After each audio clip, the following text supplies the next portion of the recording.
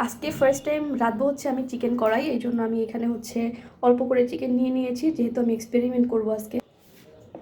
এখানে আছে হচ্ছে পাকা টমেটো, আদা রসুনের কুচি, তারপরে হচ্ছে কাঁচামরিচ কুচি, আর হচ্ছে ধনিয়া পাতা কুচি।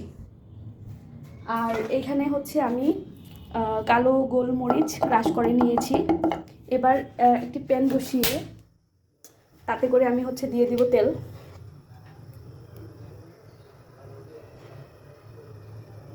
কড়াই বসতে হচ্ছে একটু তেলের পরিমাণটা বেশিই লাগে, যেহেতু এখানে হচ্ছে পেঁয়াজ যাবে না, কোনো মশলা যাবে না, আদা রসুন ধনে গুঁড়া জিরার গুঁড়া এগুলো কিচ্ছু যাবে না, একটু তেলটা বেশি করেই লাগবে। এই যে আমি এতটা পরিমাণ তেল দিয়ে নিয়েছি। এবার তেলটা একটু হিট হতে দিব। এরপরে হচ্ছে চিকেনগুলোকে আমি ভেজে নিব, কোনো রকম হলুদ মরিচের গুঁড়া ছাড়া। চিকেনটার কালারটা একটু চেঞ্জ হয়ে গেলে আমি এর মধ্যে পর্যায়ে হচ্ছে আমি দিয়ে দিচ্ছি হচ্ছে চিকেন।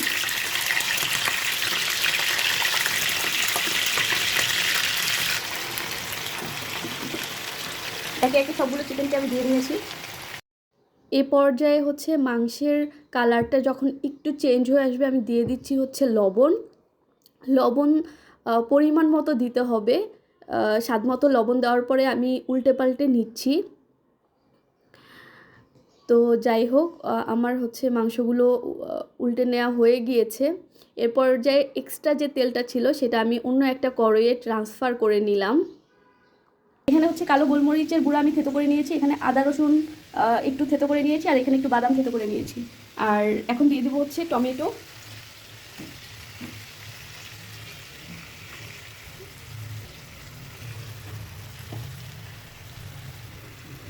এই আদা রসুনের পেস্টটা দিয়ে দিচ্ছি, বাদামটাও আমি দিয়ে দিলাম। এই আর কি, একটু ছড়িয়ে নিচ্ছি। এরপরে আমি এই পর্যায়ে দিয়ে দেবো হচ্ছে কাঁচামরিচগুলো। কাঁচামরিচ দিয়ে দিচ্ছি।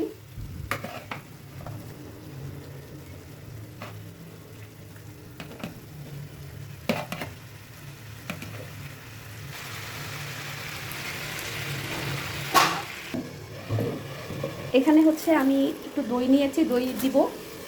এরপরে গোলমরিচ দিব। এরপরে দেবো হচ্ছে আদা রসুনের কুচি আর হচ্ছে ধনিয়া পাতা।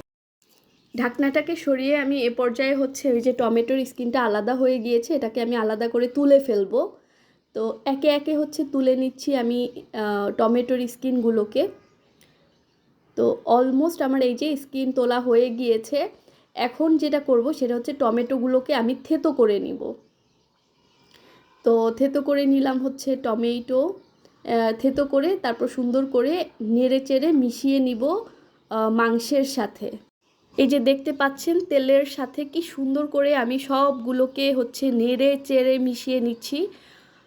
খুব সুন্দর করে হচ্ছে মিশিয়ে নিতে হবে, যাতে টমেটোটা একদম গলে গ্রেভির মতো হয়ে যায়, তেলের সাথে একদম মিশে যায়, মাংসের সাথে মিশে যায়। এ পর্যায়ে আমি দিয়ে দিচ্ছি হচ্ছে কালো গোলমরিচ। তো কালো গোলমরিচ দিয়েও সুন্দর করে এভাবে করে মিশিয়ে নিতে হবে। এই যে আদা রসুন কুচিটা দিয়ে দিচ্ছি, সুন্দর করে একটু মিক্স করে নিব।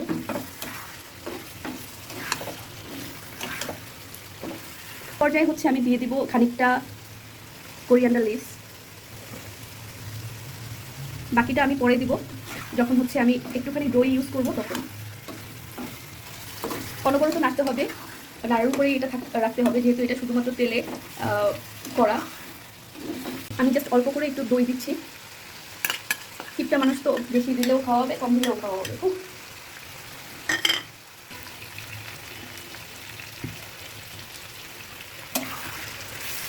দইটা যাতে ফেটে না যায় সেইভাবে হচ্ছে আমি রান্না করব, মানে বেশি নাড়াচাড়া করবো না।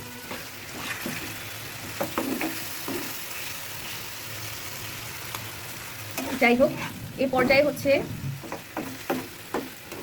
আমার রান্না অলমোস্ট ডান।